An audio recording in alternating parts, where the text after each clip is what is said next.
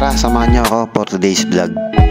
Meron nga palang caravan o every Saturday na LTAP caravan sa SM San Pablo.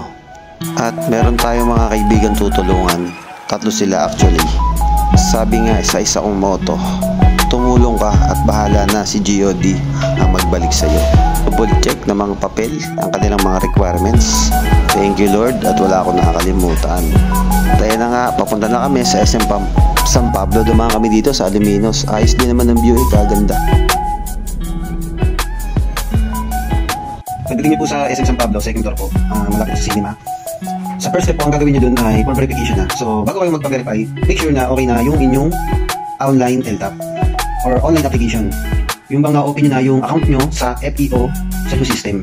Naka-upload na yung inyong mga requirements at nakalagay doon na for neuro and drug test na po kayo.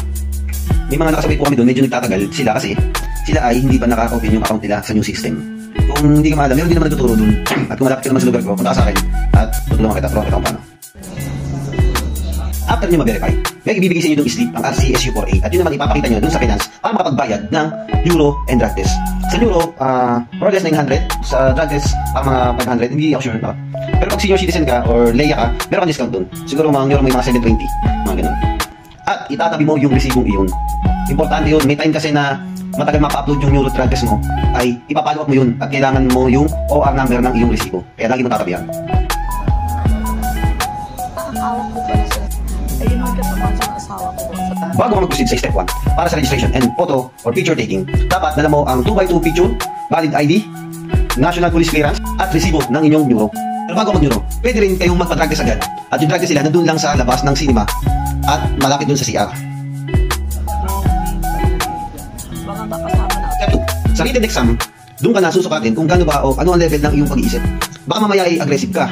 Bigyan natin ng sample na exam. Meron ka nakita nakasaradong kamay ang drawing. Ano ang isipin mo? Susuntokin? Siya aggressive ka. Yan ang pagkatao mo. Babagsak ka sa duro mo. Pero kung nakita mo nakaganyan ng kamay sa drawing, isipin mo kung ano bang positive sa buhay na gagawin mo. Kung nakita mo ganyan, pwedeng nakipaglaro ka sa anak mo, daking boy. Pwede naman may hawak kang pera, ibibigay mo dun sa tutulungan mo. Diba? Then personality mo ay isa kang family man o isa kang generous na tao o matulungin. Ito pa, wag kang magdo-drawing ng tao na stick. Laglag ka dun, boss. Dapat kung magdo-drawing ka ng tao, make sure na may kilay, mata, ilong, buhok, yan. At may katawan, may kamay, may kuko, may tenga, dapat kumpleto. Tao ang drawing natin, hindi stick. Okay? Siyempre, hindi ko napapanggitin yung buhok. Wala naman ako. Yes, hindi ano. Step 3, interview ka na. Bigyan ng tip, kung ano ang nilagay mo doon, yun din naman ang itatanong sa'yo. Kaya maging consistent ka lang. Yun lang, peace. At wag mo kukontrahin yung nakasulat mo doon. Baka mamaya, kay yung duda mo, pinagdududahan mo pa, ay siya, laglag.